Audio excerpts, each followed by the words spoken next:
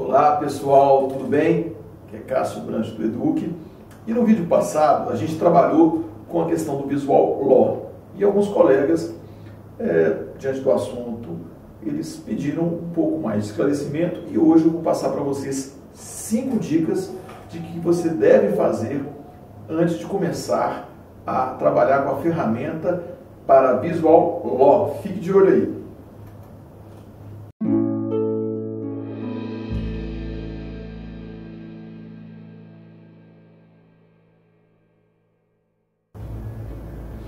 Pois bem, hoje nós vamos dar continuidade ao assunto de Visual Law, em que se trata de uma nova forma em que os advogados e as pessoas da área jurídica devem se atentar, para os utilizar com mais clareza, com mais objetividade e também usar outros instrumentos tecnológicos para que o caso ou a petição tenha um maior esclarecimento. O primeiro ponto em que antes do advogado começar a fazer o design das suas petições, ele deve estar atento à questão do juridiquês. Cássio, explica o que é juridiquês para a gente. Já viu como nós, advogados e juristas, do meio de forma operadores do direito, temos o mau hábito de utilizar aquela linguagem rebuscada, cheia de latins ou com frases ou jargões jurídicos que às vezes o cliente não entende e muitas vezes ela fica até obsoleta, em pleno século XXI, utilizando palavras um pouco fora do contexto atual. E o advogado, ele acha bonito e refinado colocar jargões ou termos jurídicos em que muitas vezes eles são incompreendidos. Cássio, então, nunca posso usar juridiquês na petição. Óbvio, tem termos que não tem como a gente fugir, Quando a gente fala em fumus boniuris, periculum in mora, são termos usuais. Mas se puder evitar outras situações de termos, para que a gente precisa de colocar um exposit, um data venia no texto? Fica muito chato e cansativo essas expressões latinas no texto. E ele não faz o leitor ter uma familiaridade. Nós juristas temos esse mau hábito e a gente precisa primeiramente corrigir esse tipo de hábito para que os nossos textos tenham uma facilidade de entendimento maior. Essa é a primeira dica. A segunda dica é aprender a fazer cortes, aprender a escrever de forma mais objetiva. Isso sim. Muita gente fala o seguinte, que o advogado ele tem que escrever muito. Quanto mais você escrever, você está esgotando todo o seu conteúdo e, do outro lado, daquela carga de texto em que você vai chegar assim, não, eu falei tudo sobre o assunto. Muitas vezes você falou sobre o assunto, repetiu no parágrafo e seu texto ficou cansativo, com frases longas. Muitas vezes tem gente ainda que coloca uma frase que ela vira quase um parágrafo. Já notaram alguns textos e livros jurídicos que a gente vê, ou petição de colega que estão nesse tipo, e a pessoa não tem a mínima noção do que está fazendo? Eu adoro ir escrevendo sem parar. Pego o embalo e vou. Deixo fluir o texto junto com o que vem na mente. Mas estava errando e nem sabia. Boa dica, Cássio. Valeu. Pois bem, esse é o segundo ponto em que o jurista deve se atentar. Evitar frases longas e aprender a cortar textos. O advogado faz aquele texto e acha que quanto mais palavra, mais é legal e mais interessante está a sua petição. No entanto, o interlocutor, a pessoa que é o leitor, está cansado daquele texto e ele fica chato com parágrafos muito grandes e frases longas, muitas vezes emendadas com várias vírgulas. Então, o primeiro ponto é se policiar nessa forma de escrita. Um outro dado que acaba atrapalhando nossos textos jurídicos é quando a gente tem que fazer algum destaque, muitas vezes até para colocar um texto de lei ou uma jurisprudência. E o que na maioria das vezes o advogado ou o operador do direito coloca? Ele, além de destacar o texto, colocando uma margem menor ou para dar destaque nele, que já é um destaque, ele ainda faz um destaque número 2, coloca em negrito. Como se não bastasse, ele ainda faz um destaque número 3, ele coloca em letras maiúsculas. Mas não acabou, ele acaba grifando esse texto e por fim colocando em itálico.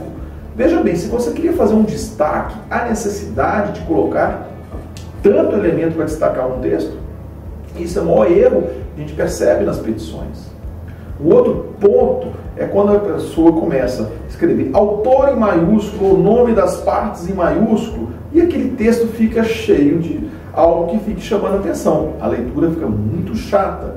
A gente tem que parar para pensar em colocar destaque naquilo que deve ser destacado e não destacar 2 ou 3 ou 4 vezes a mesma coisa. Isso é um grande erro que a gente percebe nas petições. E para trabalhar com visual law, a gente tem que se desapegar um pouco desse tipo de coisa, né? E às vezes também colocar jurisprudências muito longas que ocupam 1 ou 2 páginas. Não era mais fácil você separar, colocar a parte importante da petição, com os instrumentos de visual law, nós podemos colocar depois o magistrado ou o interlocutor se direcionar para aquela petição através de links que vai dentro daquele tribunal. É a forma mais fácil e menos cansativa do seu texto.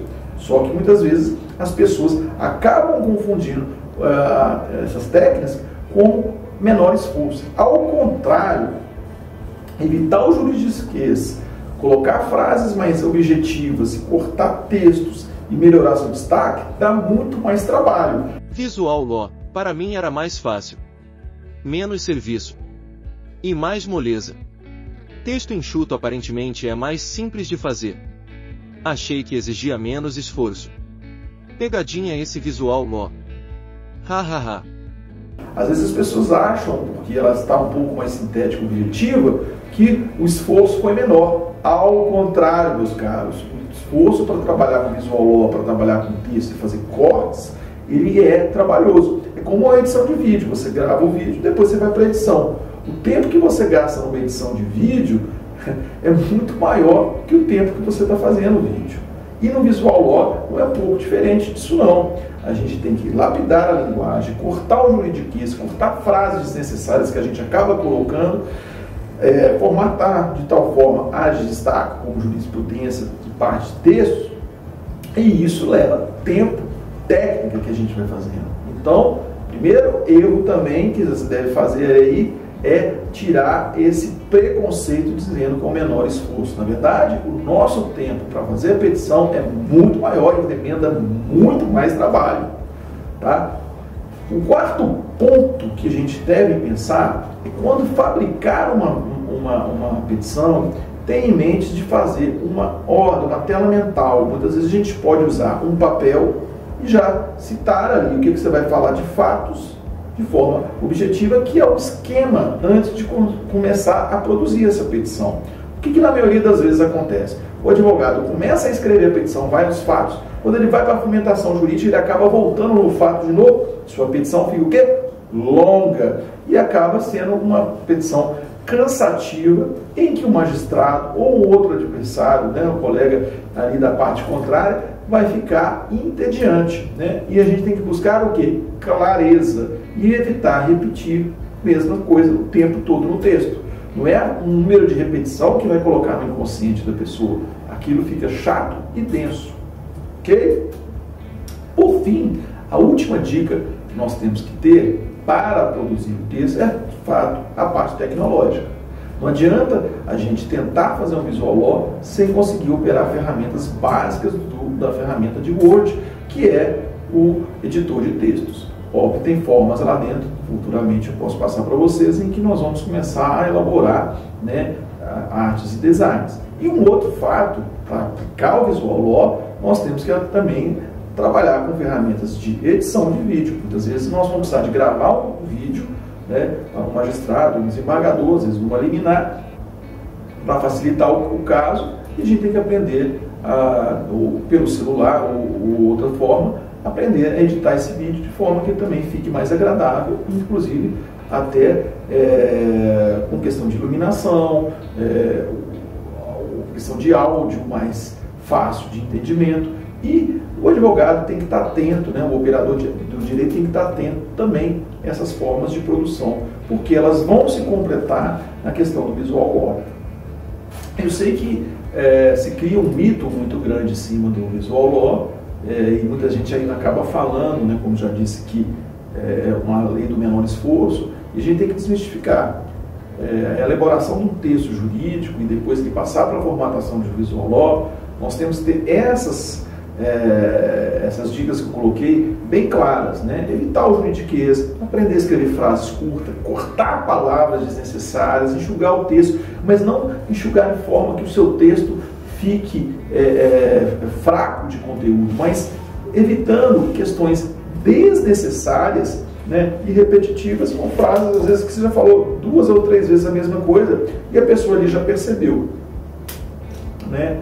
E isso é uma técnica que a gente tem que desenvolver com o tempo, né? A gente vem com esse vício jurídico aí de livros, de leitura de livros e etc.